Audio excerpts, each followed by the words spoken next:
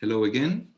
I am David Fernandez Ordóñez. I'm the Secretary General of the FIB, and I would like to introduce you to this first webinar of the year 21. And we will talk about submerged floating tube tunnels. And we will have three presentations, one by the FIB President Akio Kasuga about the FIB and introduction to the FIB. Then we will have some general aspects of concrete structures by Torole Olsen, and then the description of the guidelines of the last bulletin that we have published of the submerged floating tube tunnels by Arianna Minoretti. So I will ask first the FIB President Akio Kasuga to prepare his presentation about the FIB. Thank you, David. Hello, everyone. Welcome to our first webinar in 2021 on submerged floating tube tunnel. So first of all, I will introduce about the FIB very briefly. So somebody knows about the history of FIB, but let me allow to repeat it. So we merged in 1998 from the two bodies. One is CEB and another is FIP. And we created FIB 1998, and our motto is a bridge between research and practice. Now we have 41 statutory member countries in all over the continent, and also another individual or corporate members, including we have totally 76 countries all over the world. And our mission is, the firstly is stimulation, and after that we transfer into design and construction practice. And after that, we disseminate this knowledge. And the next step is production of recommendation and codes. And finally, after that, we dissemination again. So this is our stream to action on the FIB. And you can see our statutes of FIB here. And this is our structures. And in the presidium, we have 12 expertise from all over the world. And we have a technical council and general assembly. Everything is determined through the general assembly.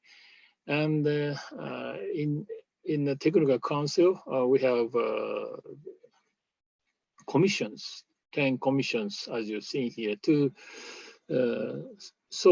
Tonight, we have the output from Commission 1, concrete structures. And also we have young member group. I will talk about in the later of this presentation. And we have many output from the commissions. And the important thing, one of the important thing is the FIB bulletin. We have series of kind of bulletin, technical reports, state of the art, and a textbook, a manual or guidelines, and also recommendation. And finally, this is the biggest, our output, model code every 10 years. And this is a heavy bulletin published last year. We have many kinds of bulletins. And today, I'm sorry, I'm talking in Japan. Japan is a night. Today, the bulletin 96 on the submerged floating bridge. And now we have new model code 2020 is under construction. And each 10 years, the last one is the model code 2010. Each 10 years, we revised the model code to input the leading edge technologies for all of the members. And this is very important things. The model course is refer to the Eurocode, and also this model code has an influence on Asian and African model codes, and also the model codes are used as a reference in the field of research and design all over the world. And another our output is the structural concrete journal. The 6 issues in each year, and the current impact factor is 2.174. Every year the impact factor is increasing, fortunately. And in the construction and building technology, we rank 26 in 63. And also in civil engineering, we are in 50 in 134. So we have many papers in each, good papers in each issues. And another event is symposia and also congress each year. And this year we have a symposium in Lisbon, Portugal, in June, and also another symposium in PhD for the PhD student in Paris, 2020. But the last year we had online, but this year we have another in-person, hopefully, symposium in Paris. And ICCS means the Sustainability Symposium 2021, and also Conceptual Design 2021 also, and the Congress next year. And next year we have also the PhD Symposium in Italy. So this is the information. If you have a member of the FIB, one is the FIB News newsletter, and also by the email, the website, and also we have a newsletter, and we have many social media to share the information of our activities. And also, as you see today, so we have YouTube channel to have a webinar and some presentation of the engineers and researchers. They are very useful. And we have a young members group in not only the national member group, but also any other countries. Now, the convener commission chair is Motohiro Ono from Tokyo University. He managed to all of the young member group, and the deputy chair is Yama Esman from Australia, and they are very active in each countries, and also sometimes they collaborate with any other countries. So if you're interested in the young member group, even your countries are not national member group, you can join the young member group anytime you want. So this is international cooperation. The memoranda with ACI, RIDEM, Alcompat, and ACF. And also we always promote coordination and the joint activities and the joint publication. So this kind of cooperation is very important to share the information all over the world. Okay, just a very brief introduction of our society. Thank you very much. And if you're interested in our society, please access the following website. Thank you very much. Thank you very much, Akio, for this presentation. Would like to introduce Torole Olsen, which he's from Norway. He is the immediate past president of the FIB, and he's an expert also on concrete floating structures and concrete structures in the sea. So I would ask Torole, please, can you open your camera and share your screen? Thank you for your kind introduction, David. I will mention some special or general aspects of marine concrete structures, and I will also try to link it in where it fits into FIB. Akio already showed you a little bit about the organization of the FIB. You can note the technical council sits up here, and the commission and the young member group is down here. And one of the commissions is Commission 1, Concrete Structures. And this is where the marine concrete structures in marine environments belong as task group 1.2. Each commission has several task groups, and in this case, 1.2 is where Arianna belongs, and she shall present the work. Each task group has several working parties, and task group 1.2 has at the present 2 working parties. 1.2.1 is called floating concrete structures. Working party 1.2.2 is guidelines for the design of submerged floating tube bridges. And that is what Arianna shall tell us about afterwards. The Bulletin 96 looks like this. You can see it on I have a copy here. It's 119 well-written pages.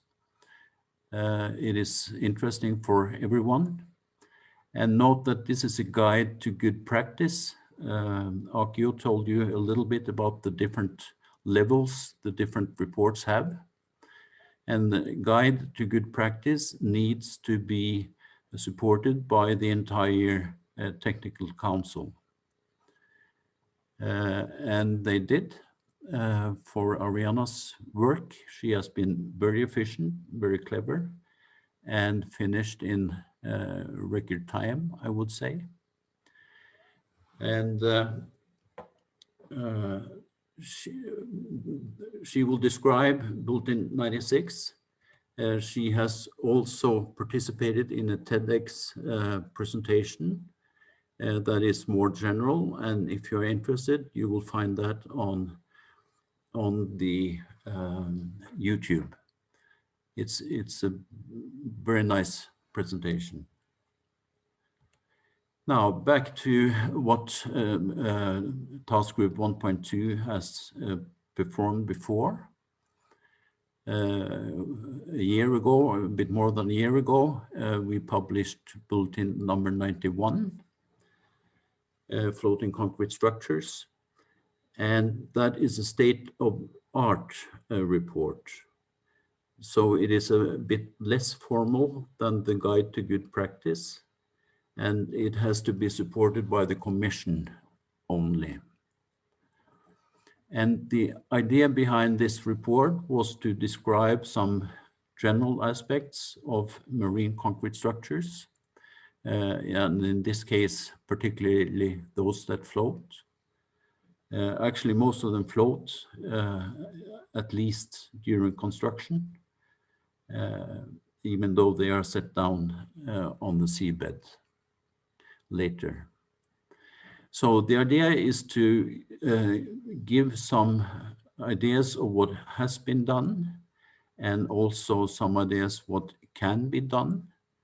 So in a way, it is an attempt to inspire people to think of possible solutions in the sea. Prior to this, we have published 2 bulletins. One is for bulletin number 50, concrete structures for oil and gas fields, and several years ago, recycling of offshore concrete structures. Now, why is the sea important? In Bulletin 91, we listed 12 aspects that describe important areas for marine structures. There may be more. You may be creative and find more points. Some of the important things here is food production, infrastructure, where Arianna's work is very central.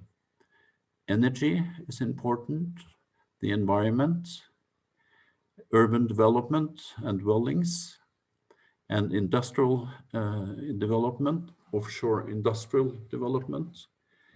And we have storage, and we have vessels, and we have recreation, and we have aid in catastrophes and military actions. With respect to the catastrophes,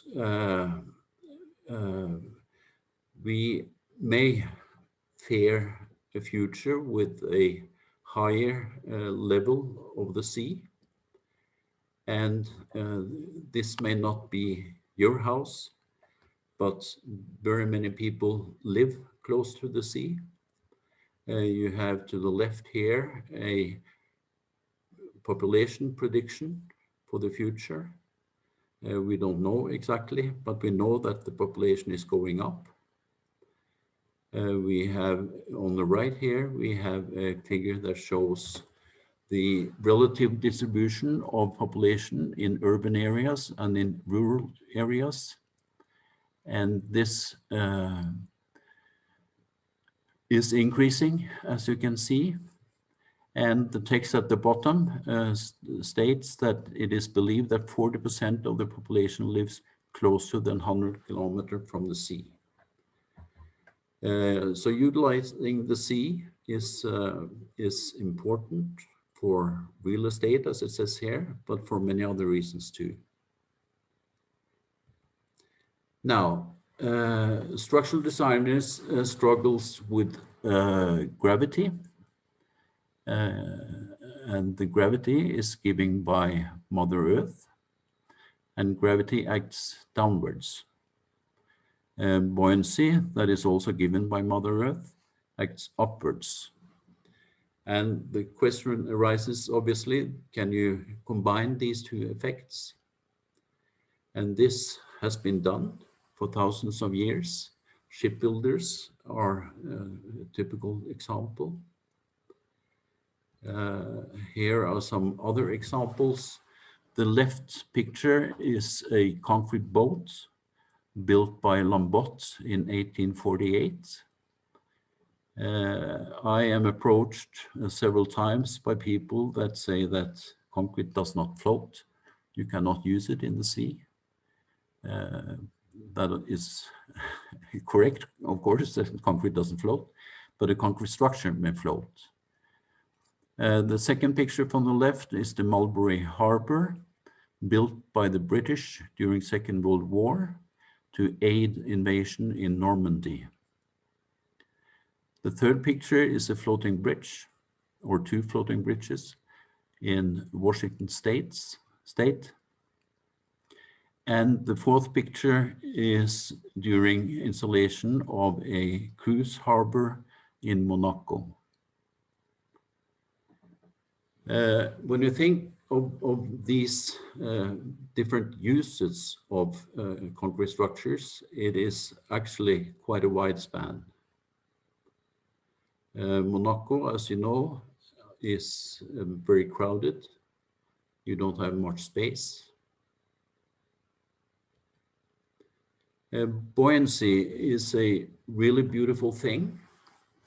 The structure to the left, it's an oil platform, was built close to Stavanger in Norway, and it was towed several hundred kilometers up to this red spot where it was installed, and it weighed 1.5 million tons.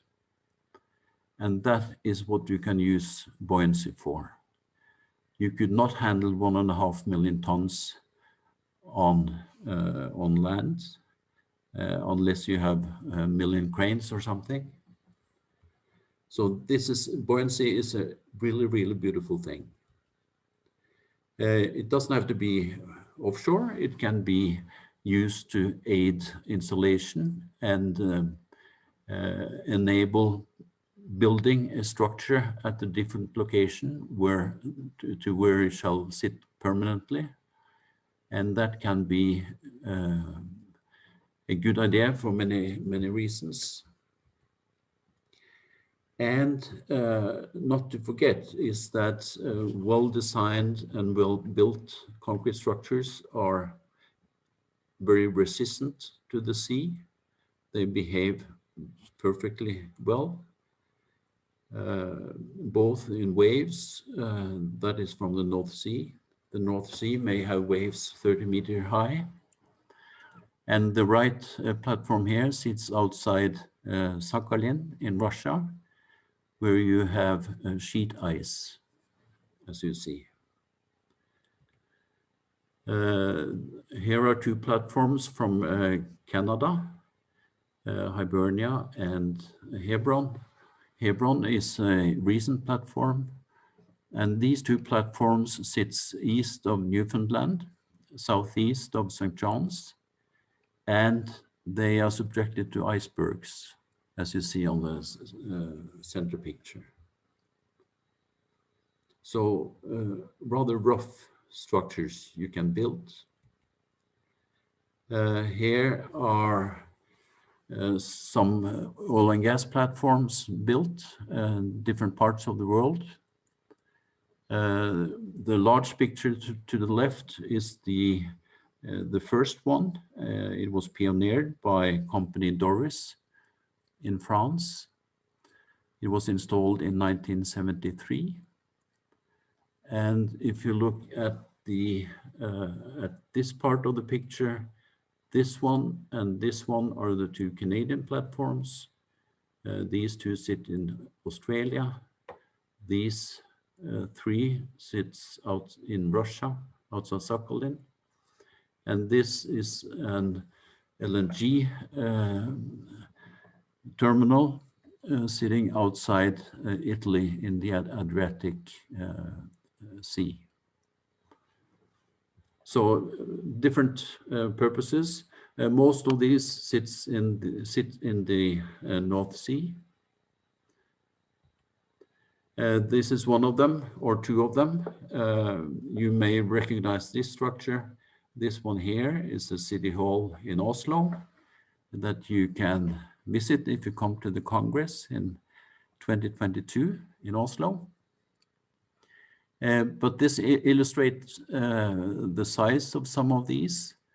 The picture to the right is of Katie Malua that gives a concert in the bottom of this Troll A platform.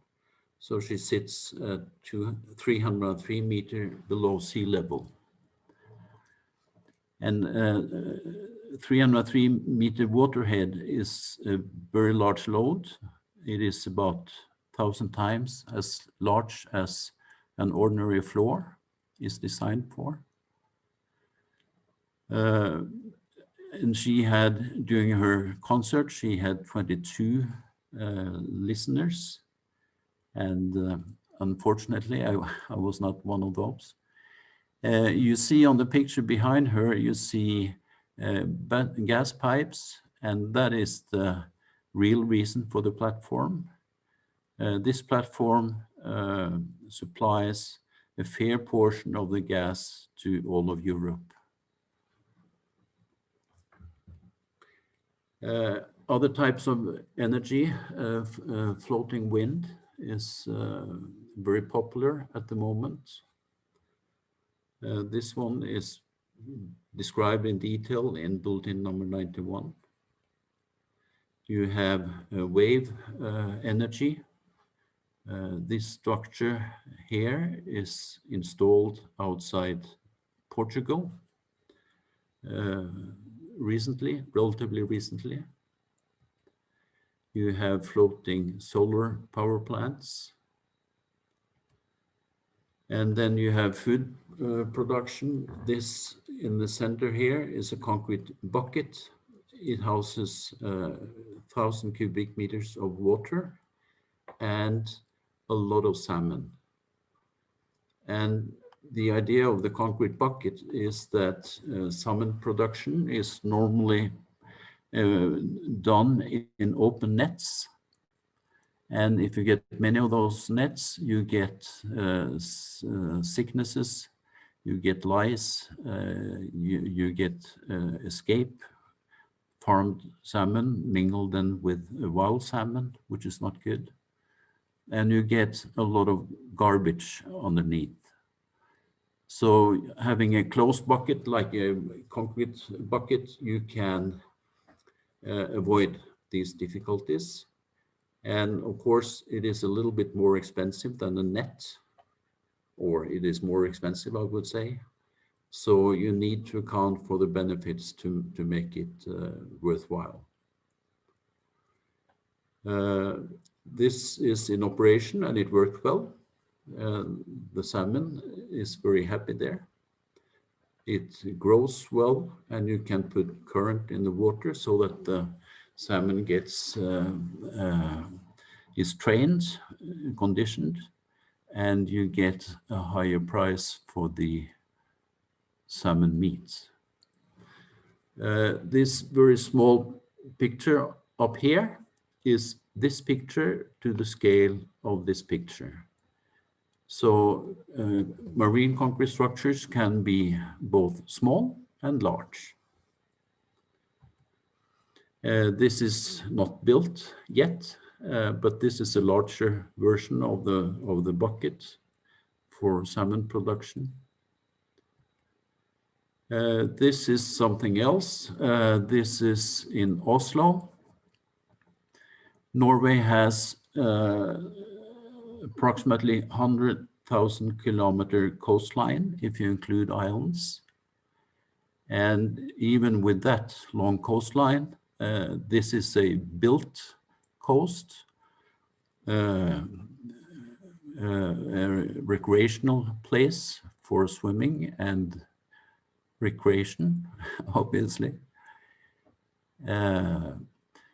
And the benefits in this case was that the developer of these apartments could include the area of the sea bath so that in their permits, so that they could build more apartments.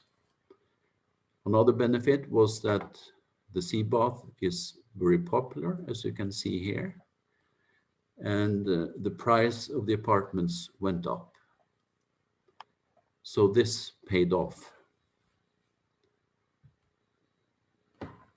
The left picture here shows a section through the cruise ship terminal in Monaco that I showed in the beginning.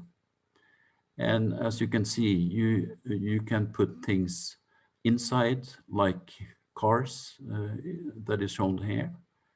And again, Monaco needs space.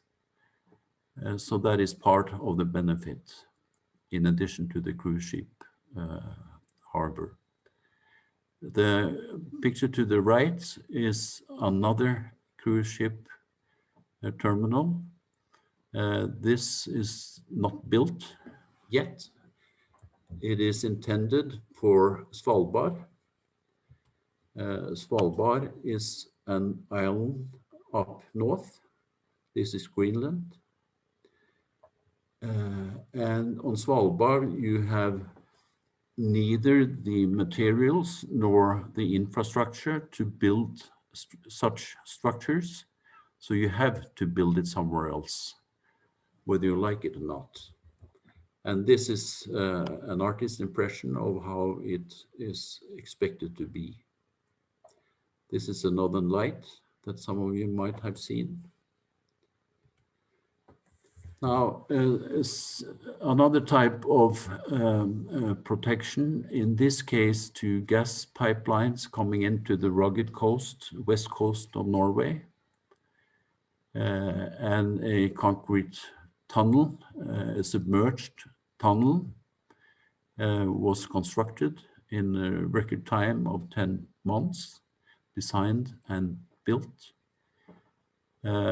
It's a submerged tunnel, but it is open so that it is not floating in the sense that Arianna will explain to us. This is an alternative type of floating bridge. This is an architect's vision of apartments, floating apartments. And as you see, one of the things you have to take care of when talking about floating structures is that if you have an apartment, you would like the apartment to be relatively horizontal, and therefore you plan with some equilibrium so that it doesn't tilt too much. These are houses built, as you can see. The one to the left is presented in the Bulletin 91. It's in Britain. The ones to the right is not, well, maybe it is shown in the, but not described. It's in the Netherlands. And now a few words about construction and design. Construction is a challenge. It is one of the larger challenges for marine concrete structures because they are obviously not built at the place they shall be permanently placed. Large structures need large dry docks. The picture to the left is a dry dock in Algeciras, south of in Spain. That is where the Monaco dock was built, and also where the Adriatic LNG terminal, shown to the right, was built. And this is, there are not many of these type of dry docks in the world. There are some, but for large structures, that is something you have to consider, where to build and how to move, etc. Alternatively, for longer structures, you can use traditional ship dry docks, and there are many of those. The picture to the left shows construction of the gas protection structures I showed you. The one to the right is the sea bath. And long structures have easier to find a place, but still it's a risk because sometimes these dry docks are occupied and it may be difficult to plan. In Spain, this is a specialty of FCC, a construction company.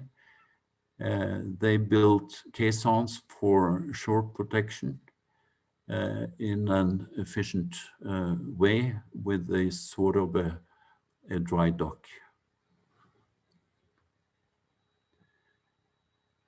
And smaller structures, as I showed you, this little bucket can be built on land and lifted out by a marine crane. But again, the marine cranes are not inexpensive, so you need to plan this carefully. For marine concrete structures that shall float, either permanently or during construction, weight is extremely important.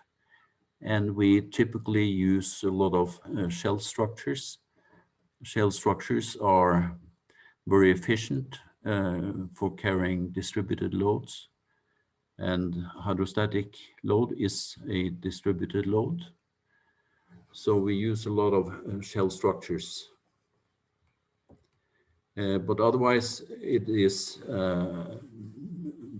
well, more or less a normal design, but you have a lot of loads, waves coming from all over, wind also, and you have a ballasting of the structure that needs to be accounted for.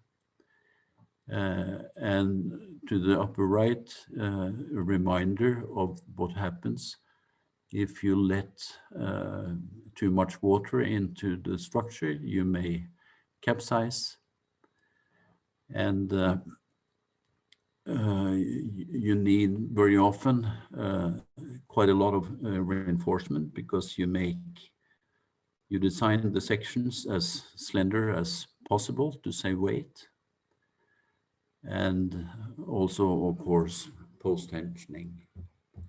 So it's a lot of numerics in this, but this is known how it should be done.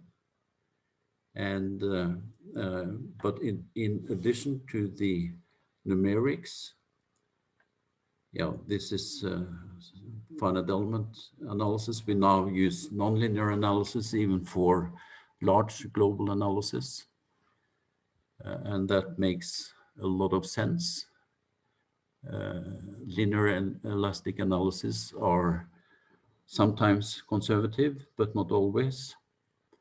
So if you're working with structures that sort of, particularly where you have empirical design rules, when you work with structures that do not resemble typical laboratory specimen, you should be very, very careful. And these types of analysis helps you be careful. So numerics, but also passion is important, particularly in the early phases of the design. You should sort of like what you do and try out things to be confident that you are on the right track. So thank you. This is what I plan to say. And you have questions maybe, and otherwise I would, anyhow, I would like to enjoy the presentation of Arianna, and I'm sure you will. Thank you. Thank you, Torole, for such an inspiring presentation. Very nice. I would remind everybody that we will accept questions. You can post them in the chat or in the Q&A, and we will have a session of questions and answers at the end of the presentation from Arianna, that will talk right now, and she will describe more in detail the guidelines for the submerged floating tube bridges. And she has been the convener of this group, and she is a force of nature. She has managed to make all the seniors to work very hard and in time. So she has done a great job for that. So I'm looking forward to your presentation, Arianna. Thank you, David. I've been lucky. I've worked with fantastic people and great engineers, so it has been a pleasure to be a part of this group. So good afternoon, everyone. Thanks for joining this webinar. I think I can speak for everyone saying that it is really important for us to share the knowledge and to open up to some good scientific discussion. Thank you for the FIBA organization for organizing this webinar, to the president for his presentation, and to, of course, to Ole for his always too kind words, but also for inviting me and my colleagues from the Norwegian Public Road Administration to join this working group. I'm now going to present the guideline document, of course, shortly, to explain the reason that brought us to write this document, to illustrate the content of the guidelines, and finally to portray what we expect from the future. So a few words on the reason for this work. As you know, the Submerged Floating Tube Bridge is not a new structure. It was conceived for the first time in 1886 by this English naval architect. His name was Sir James Reed. But unlike some other concepts developed in the same period, like a wind turbine, for example, the SFTB technology didn't spread during the last century. And the main reason is for sure the presence of alternatives for building new crossings. For example, floating bridges.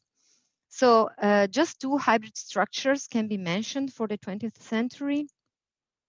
One is a rectangular submerged floating tube bridge constructed in Norway in 1982 to protect the two gas pipelines. Tor Ole has already mentioned it.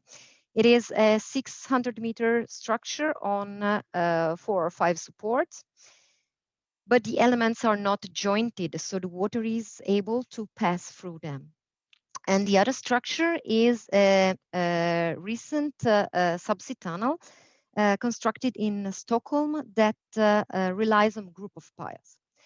So this is due for the geotechnical characteristics of the soil. But from the static point of view, this structure behaves like a submerged floating tube bridge on columns. But many proposals done in the last century in several countries, from Japan to Italy, Switzerland, and well, many others remain, let's say, in the theory field. We know that for the long and deep crossings, the technology to realize the connections of the submerged floating tube bridge with the seabed has been developed just during the 80s in the oil and gas field.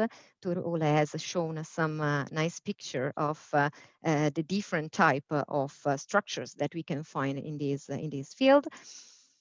So we can say that it is just nowadays that after nearly 40 years of applications of this technology, that the technology has reached, I would say, a mature stage to propose it for different application. So there was a lack of technology and then a problem of technology maturity. But also the lack of dedicated rules and regulation has contributed to slow down the spreading of this solution.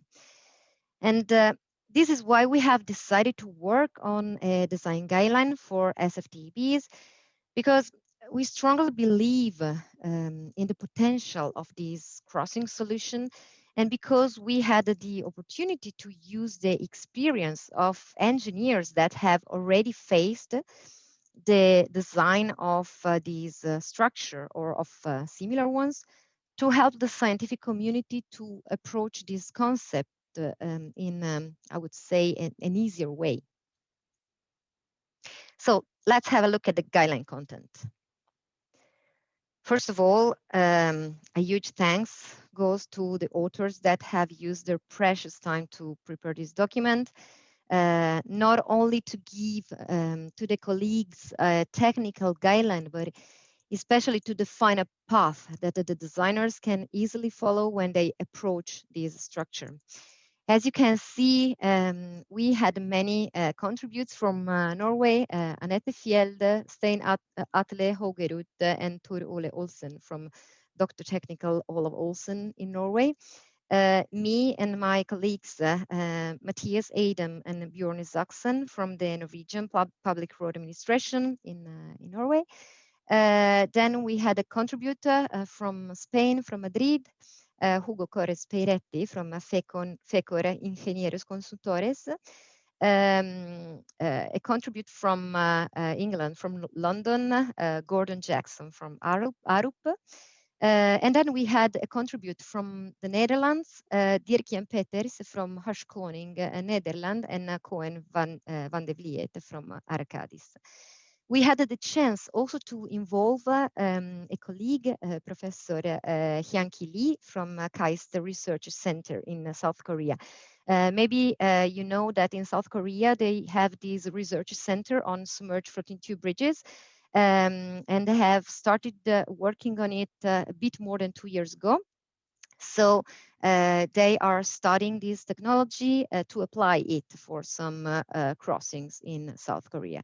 So it was really, I think, a good opportunity to involve also them to have some opinion also that comes a bit far from the rest of the world.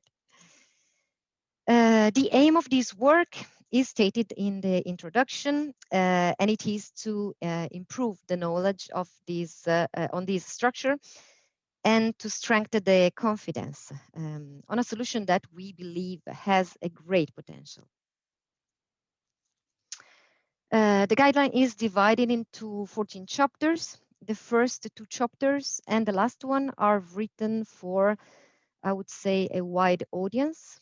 Also to help the public to understand what is a submerged floating tube bridge and which are the advantages and disadvantages of these new possibility for crossings.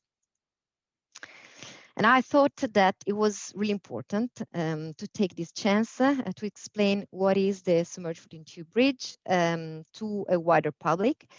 Because still nowadays, I have some doubts that many people have really understood it. This is an email I have received last Friday. It says that they have read one of the articles I have written with the other authors, and they would like me to publish on their journal because it says, I am an eminent expert in agriculture, plants, and crops. So I know that everyone is receiving these type of emails, but I will never get used to it. So this is always my face when I receive these type of emails. So let's start from here. What is a submerged floating tube bridge? The SFTB is not an undersea tunnel, is not an immersed tunnel, and it is not a bridge. The shape of the structure can recall the one of a tunnel, but the behavior of the structure is mostly governed by the dynamic loads as for a bridge. So that's why we call it submerged floating tube bridge. But the structure is known worldwide also as Archimedes bridge, submerged floating tunnel, or yeah, these names. The structure is really flexible depending on the local characteristics. So for short crossings, we could have a one-span SFTB. For shallow crossings, we could have a solution with columns, but for long and deep crossings, the structure needs to be stabilized with floating pontoons or tethers connecting the structure with the seabed. So allowing, in the case of pontoons, to have a solution that is not dependent on the local geotechnical characteristics, or in the case of tethers, that is allowing a free ship passage on the sea surface. And as Torule has already mentioned, the SFTB gives several advantages. First of all, in the design, because the buoyancy given by the submergence of the structure counterbalances the vertical gravity loads. And this is of a huge help in the design. And in addition, with the submergence, we reduce the main sea load on the structure, having a competitive alternative for exposed crossings, where, for example, oversea bridges are naturally fully exposed to the environmental loads. In addition, the submergence allows to realize a hidden crossing, as with a tunnel, but without the need, let's say, to reach the sea bottom. So giving the possibility to have shorter crossings and with no steep gradient for the access roads. As tunnels, finally, the SFTB gives the opportunity to reduce the acoustic impact on the surrounding respect to an open bridge. Of course, detailed analysis must be done for the impact on the local marine fauna, even if we already know that several mitigation procedures are possible. For example, during the construction phases, avoiding the blasting operation, for example, during the periods where of the year when the environment is more sensitive. I think about spawning periods, for example. Then from chapter 3, we enter the, I would say, the design core of the document.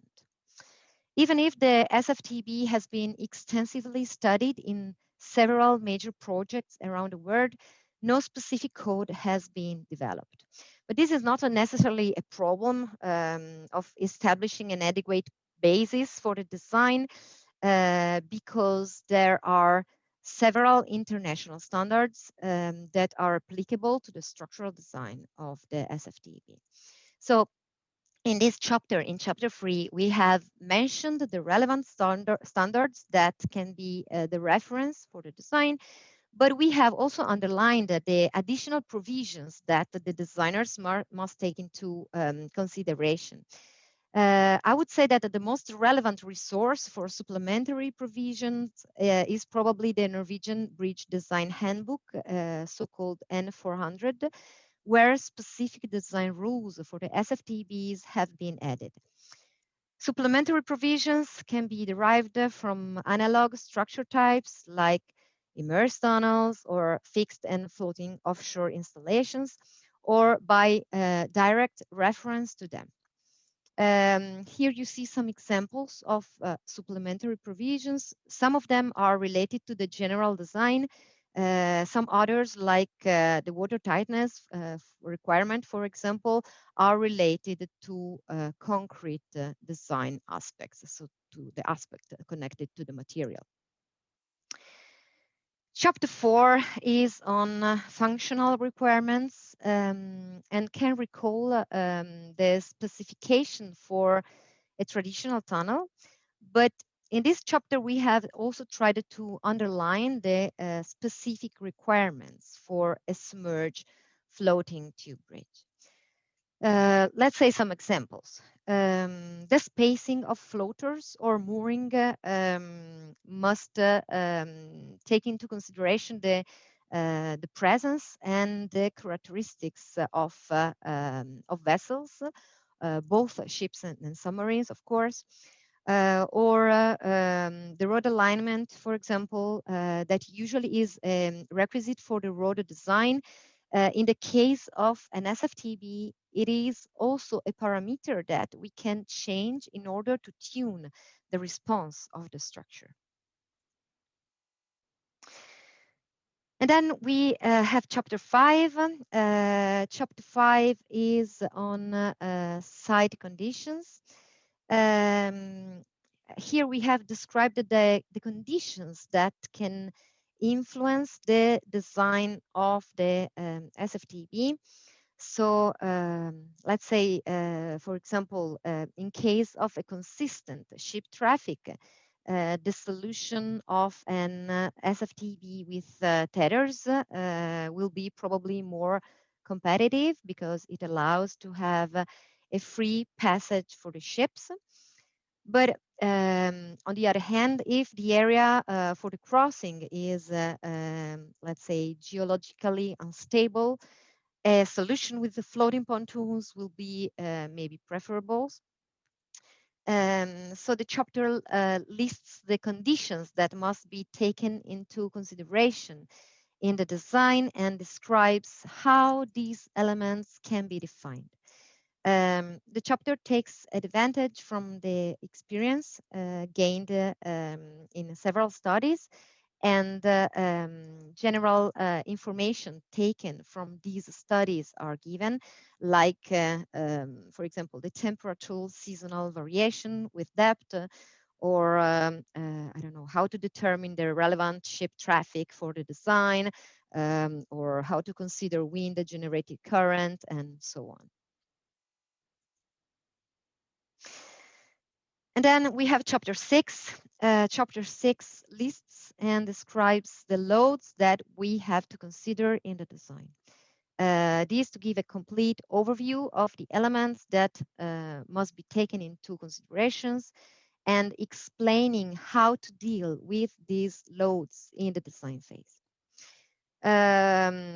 For example, for the permanent self-weight, tolerances are proposed according to the Norwegian handbook, but other design references are given as alternative for defining a weighting procedure and tolerances. In this chapter, suggestions are given on how to deal with every load. So, for example, for traffic load, the effect of the load can be reduced compared to a bridge in air using the buoyancy effect. In the specific chapter, you will find a detailed description and formulas for to manage traffic loads. And the same is done for example, for every environmental action, where the chapter will describe the specific load, give the formulation, and give specific suggestions. That is really important on how to deal with that specific effect.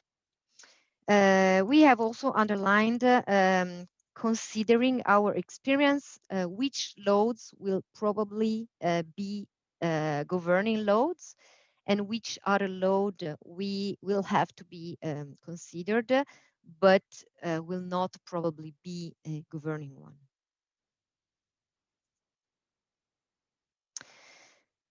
Then chapter 7 is also, I would say, one of the core chapters of the guidelines. The aim of this chapter is to take by hand the designers and to help them to go through each step of choice. So explaining the effects of these design choices on the analysis, on the general design, and on the safety issues. So the chapter is organized in key concept parameters that the designers have to consider in the option development process, and for every aspect, the consequences on the design are explained.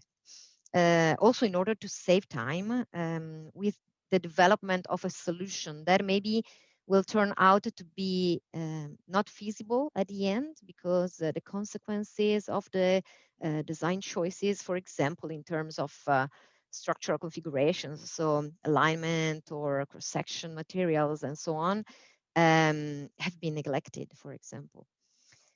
For the choice of the material, concrete has been, let's say, the preferred main material, and these for many reasons. But the solution using steel shell tubes are also described in the document. The chapter focuses on the design principles for the structural configuration, the global stabilization, the design conditions, so mentioning also the temporary conditions that can be significant for this structure depending on the temporary stages, the structural analysis, structural design, and finally safety. Chapter 8. I have to say that this chapter has been possible thanks to the experience of the authors with immersed tunnels and offshore platforms, because this structure has elements coming from both of these fields, but in the combination of these elements on the same structure, the SFTB presents some specific challenge. First of all, a comparison with an immersed tunnel construction and the floating offshore platform construction is done. And then the main free construction methods for SFTBs are described. So element by element fabrication, transport, and installation in the final position.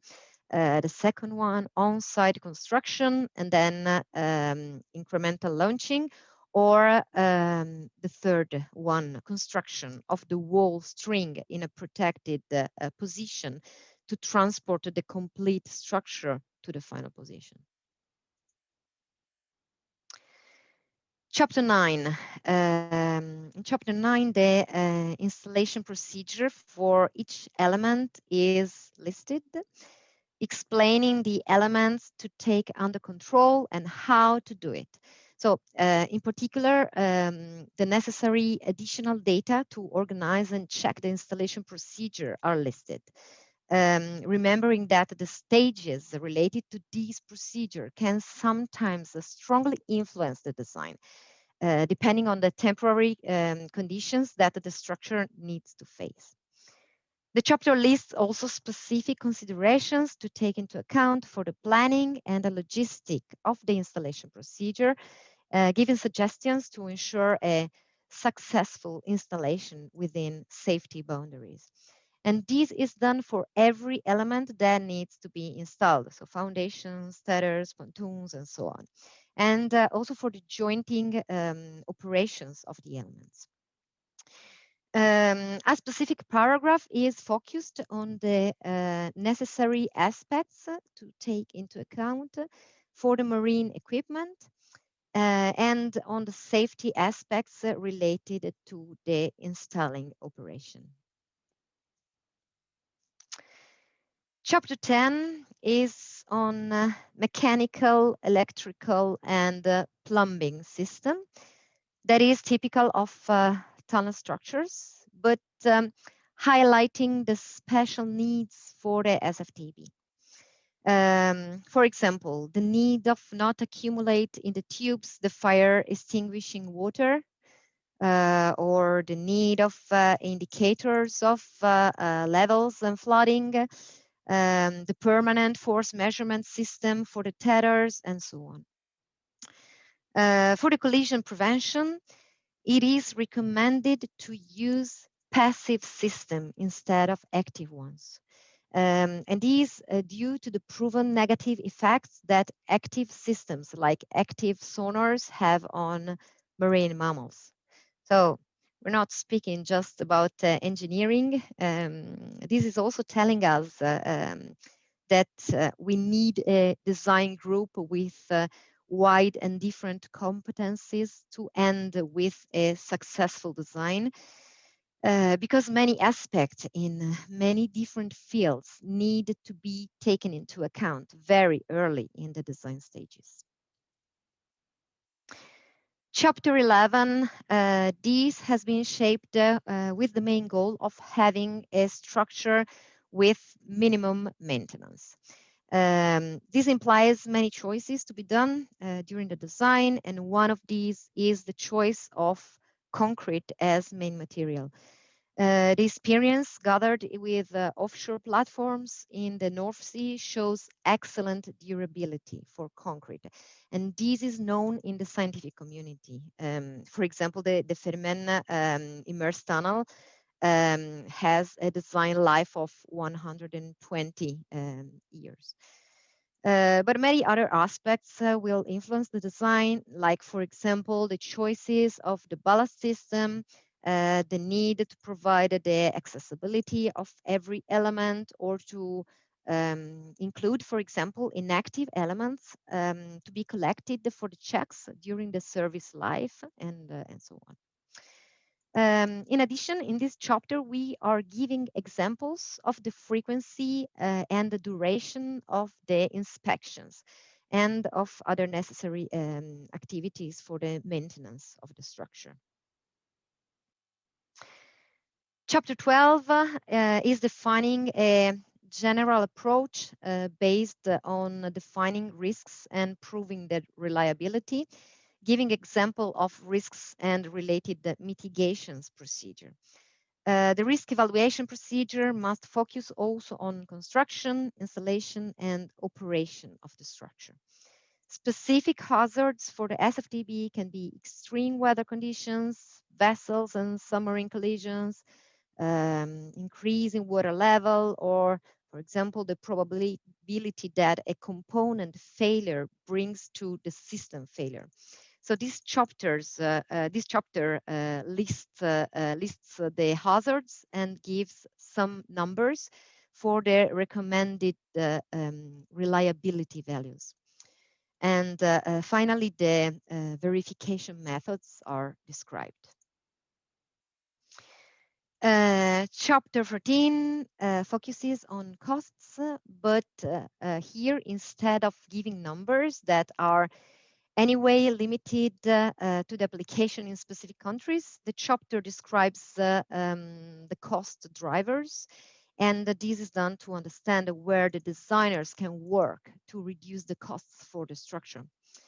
We also have to say that being modular, this structure has a great potential for a cost reduction in the prefabrication field, the precasting field. So the cost chapter is also summarizing, let's say, good suggestions to take into consideration during the design based on the author's experience with SFTB studies and projects in the transport field and the offshore one. And this is the last chapter. This is shortly telling the story of the SFTB, passing through the main studies done in the last century, arriving to some of the recent proposals. For every proposal, some images and the main technical details are presented. So let me end with a few words on the future plans, we can say. We hope that this document will help the spreading of this crossing solution that could give huge advantages from several points of view. Maybe revitalizing old proposals like this one done for Como Lake in Italy in the 80s. Well, this is not the only Italian proposal that could be reevaluated. I think about the Messina Bridge that is again under evaluation. We'll see. But we also see this document as, I would say, a start, maybe for some detailed guidelines on specific loads like earthquakes or explosions. For example, for sure for a new debate among the scientific community that we really hope to revitalize. So to end this short presentation, we really hope that these guidelines will facilitate the spreading of these powerful solutions. They have been a step done for everyone, I would say, on the long stair towards the future of our transport system. Why not? So thank you for your time. Thank you very much, Arianna. Very interesting presentations, and now we can open the floor for questions. And I think we have already 2 questions in the Q&A. And well, I will start with the first one, and I would ask anybody to post any questions in the Q&A or in the chat. So the first one is from Bradislav Shestokov. And he says, thank you for interesting webinar. Which class of concrete commonly is used in concrete of floating structures? Which level of water absorbing? Which method is used for hardening concrete elements? Natural or some autoclave is used? Maybe this question, we could ask some ideas to Torole and then to Arianna.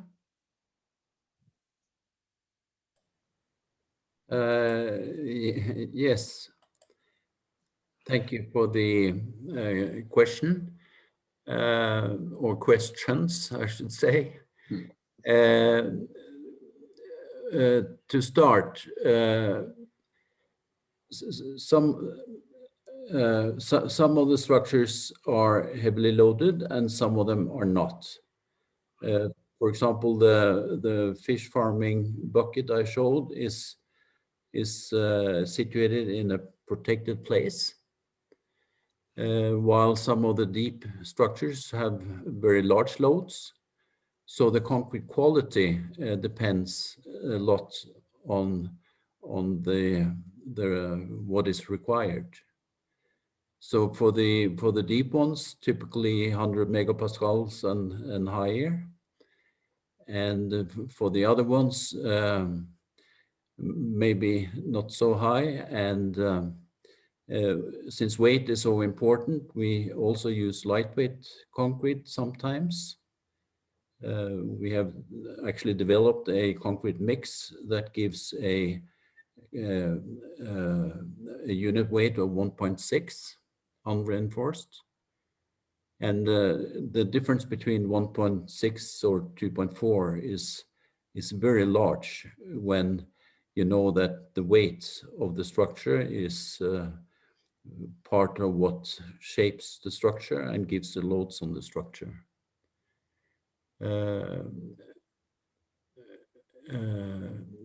Video, okay. Yes, do you have any idea about the hardening? Is any special type or is it just normal concrete? It's normal concrete. You cannot autoclave these structures. And the absorption, when you need high strength, the concrete is very, very dense, and it does not absorb water. I didn't mention it, but for the fish farming bucket, we used styrofoam for buoyancy. And styrofoam is difficult because no one will guarantee an absorption rate over many decades. So in that case, we provided provisions for adding buoyancy in case the absorption was higher than we anticipated. And that additional buoyancy was in terms of pipes around the bucket.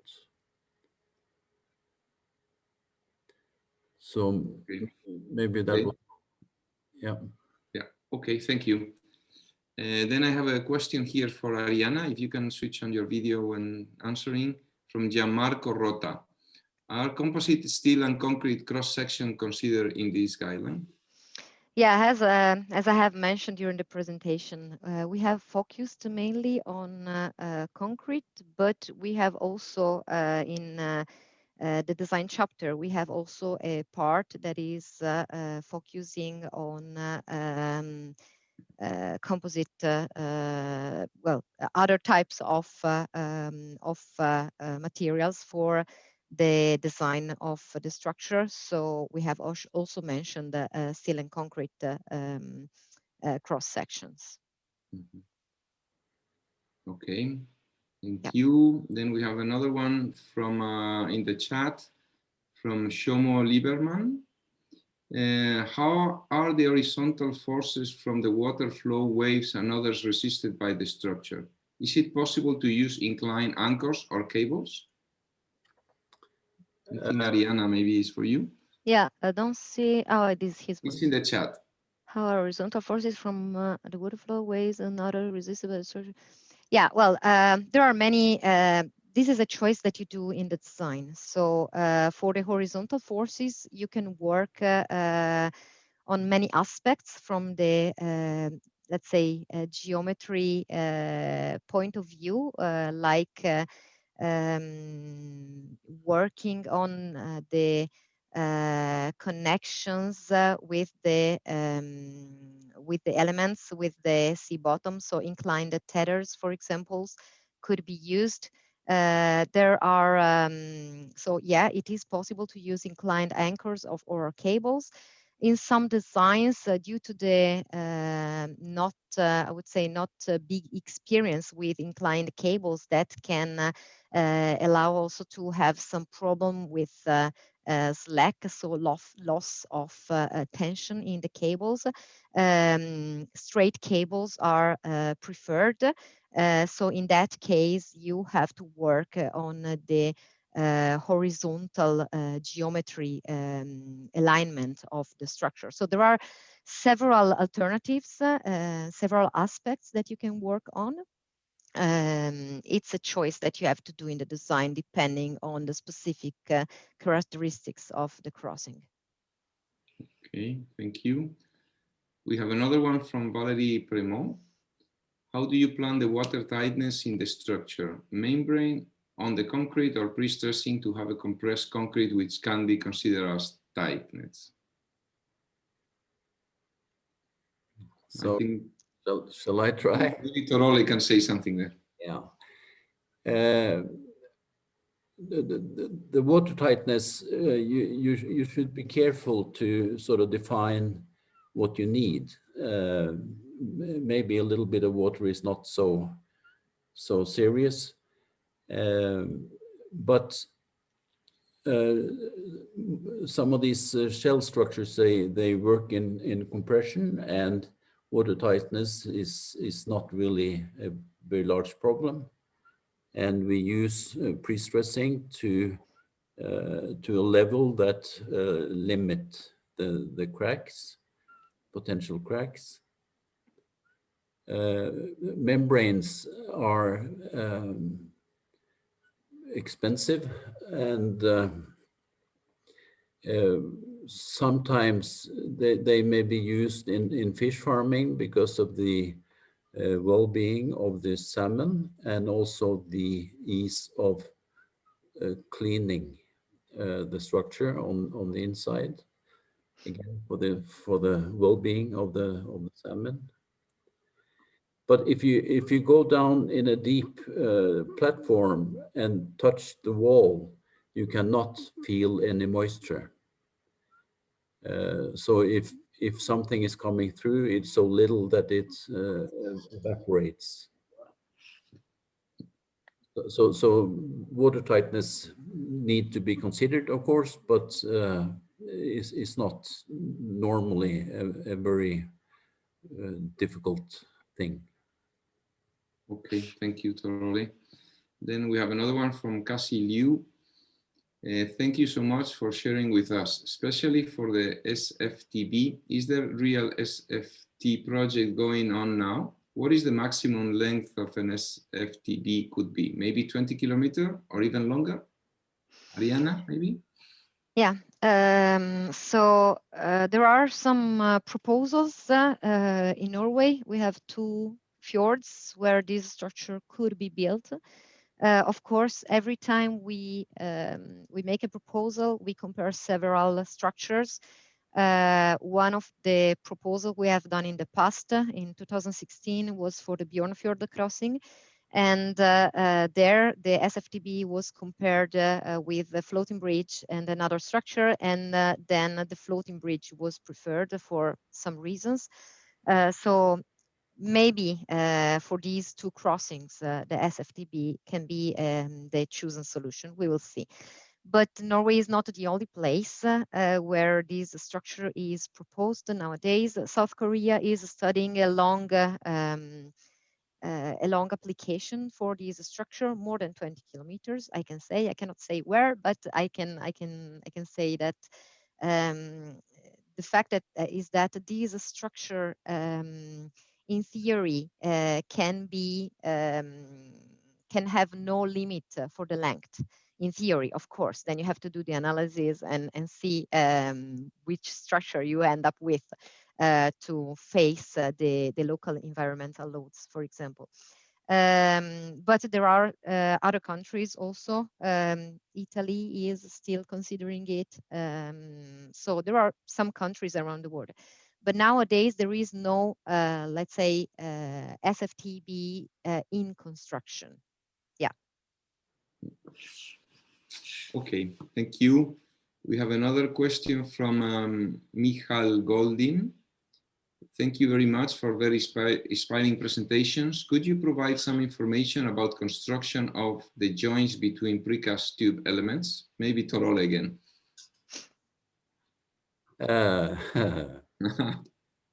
Yeah, maybe, Arianna, maybe you have a better understanding. Yeah, I think that it means about the joints between the elements. Yeah. We have another one by Guy Tabet also about this. this about the joints element. Yeah. If you search on Google, well, the guideline is not giving details on the jointing of the elements, because this is a choice of the design, how you design this jointing part. But if you want to have an idea, we have published the final document of the study we have done for the Bjornafjord crossing, and there you can find many pictures and good description of the jointing of the elements. I can maybe share the link. Now I search on internet and I share the link in the Q&A session, so you can, or the chat session, so you can just download it. Okay. We have one question by Gordon Jackson. He says, I know he's it's one of the author. I know it's very soon after publications, but have you had any feedback that SFTB guidelines will make a difference with the decision makers of major crossing projects? We hope. Okay. David, could I maybe supplement Yes. Arianna? The immersed tunnels, of which there are more than 150 in the world, they are joined, and they have particular joint mechanisms. So it works. Okay. Okay. Then we have two questions related to seismic aspects. One by Andrea Franchini from UCL. Many thanks for your inspiring presentations. If a submerged floating tunnel had to be built in earthquake-prone areas, such as Italy, how would it respond to a seismic event? For instance, could the differential displacement at the two extreme sections damage the structure? And there is another one here in the chat by Loris Siero. Thanks for the interesting presentation. Is there a dedicated section in the document facing the issues related to SFT landfall, especially when seismic actions and effects may be relevant? So they're two interrelated questions. Can I answer? Please. Yeah. First of all, the advantage of the SFTB respected to a subsea tunnel, for example, is that if you have a subsea tunnel in a seismic area, in that area for the subsea tunnel, you have to take the displacement. So there is no other way. And if the displacement is happening in, let's say, in not so many meters, then it's impossible to that the structure is able to take this displacement. But with an SFTB, then you have a bridge. So you can design the structure as you design a bridge. So there is a huge difference between the two structures, if this was the question. And the other one was about the seismic forces. Yeah, well, we have in the landfall if it moves. Yeah, we have mentioned in the load chapter the seismic load as the other loads. This is not a detailed guideline on seismic effect for the SFTB, but I would say that respected to the landfall, then you also have to, these will affect also the general design. So if I had to design an SFTB for a seismic area, probably I would choose to have a straight SFTB, so I can design it as I would design a bridge. Thank you. We have another question by Valérie Prémont. Do you consider a load case of explosion inside the tunnel? Perhaps you speak about this, but it was late in the conference. Maybe you can give some explanation. Yeah, we do. Explosion loads are one of the loads that you consider during the design. you can, well, it depends on the load that you have to consider, of course. The reinforcement, the normal, let's say, ordinary reinforcement is already doing a great job. What we usually do is we use pre-stressing also in the transversal, let's say, dimension to take also this type of load. And there are many studies in this period in Norway, and many tests done with the Norwegian Defense Agency on this particular load, because of course nowadays it's of a great interest. But I would say that you take this load normally with the reinforcement of the structure. Okay, we have one more question by Cassie Liu. May I add one more question? For too long span SFTB, the motion or other response of STB may be too large to be acceptable. In this situation, is mooring enough to control the displacement, or any other special measure of SFTB? Thanks in advance. Maybe too large to be acceptable in this situation is mooring. I understand is talking about the large displacement for long bridge, for long SFTBs. Yeah, well, this it's quite a general question. It depends on the loads that you have to take care in the specific area, and it depends on the amount of moorings. If you think about tethers, number of tethers, maybe if you have particular situation, you have to have maybe shorter space about among the group of between the group of tethers, so you take it in the design. Of course, what I can say is that due to the cost related for each tether, because you have to think that for each tether you will not have just the tether, but you also have to have a permanent measurement system installed on the structure. Probably it's better from the cost point of view to have a larger tether than have two smaller tethers. So, but when you design the structure, then you set your limits and you design the structure to stay under this limit. What I can say is that for the studies that we have done comparing this with other structure, the SFTB has always been the structure that had the lowest displacement, lowest acceleration, because this structure is underwater, so you're not directly exposed to the wind loads. And with the submergence, you also reduce the environmental loads, the main sea loads, I would say. So this means that maybe in some situation, it's better to have some more meters submergence, because this will reduce the main sea load on the structure. And so there are many things that you can do in the design, many choices. Okay, thank you. Thank you, very detailed, so this is good. We had another question by Riyad Al-Mahidi.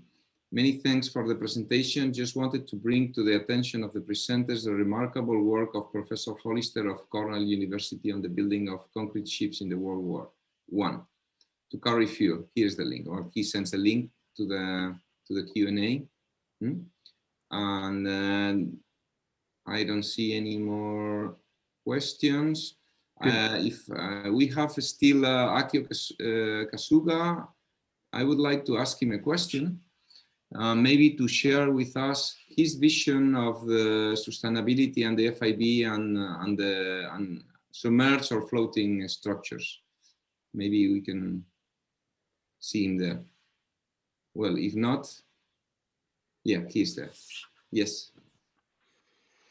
Okay, it's relatively difficult for me, but floating structure of concrete has the very good future, because for example, the renewable energy in the floating wind turbine. So the system that which Torole showed us, the floating system is very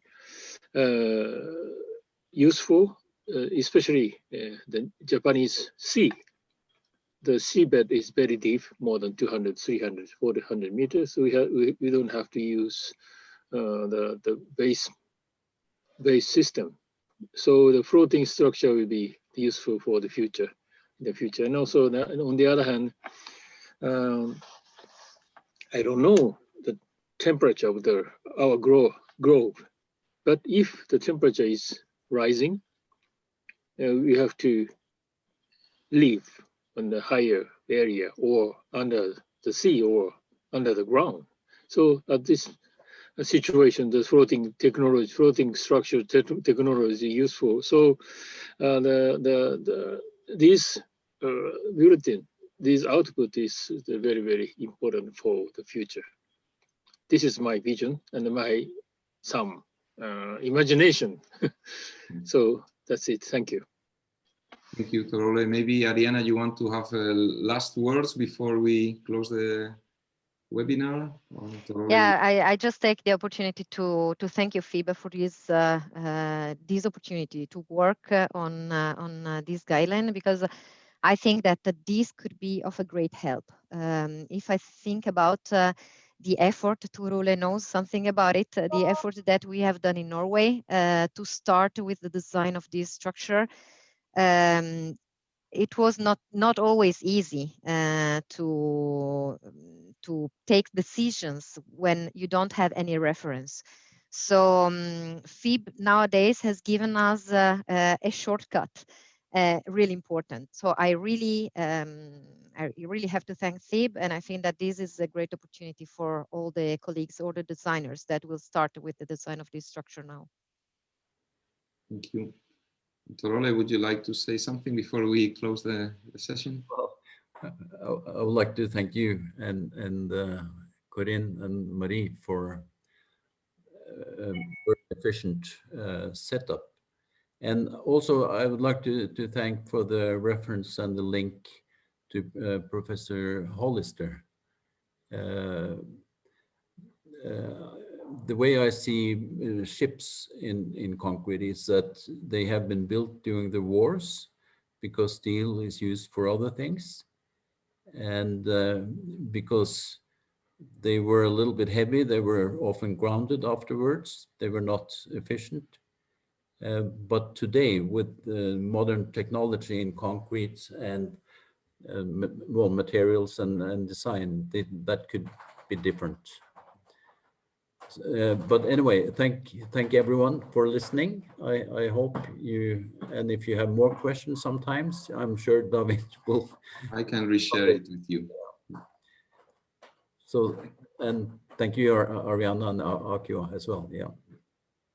Yes. So Thank you, Akio. Would like to say something before we close? Oh, thank you very much for attending more than 100 people. So I hope our webinar will help your research and the development in the future. Thank you very much. Okay, thank you all. Remember that we will post the videos in our YouTube channel. So if you want to receive them, go to the YouTube channel and you can follow us. Okay, so thank you very much, and see you in the next webinar that will be short, in a short time. Goodbye. Thank you. Bye-bye.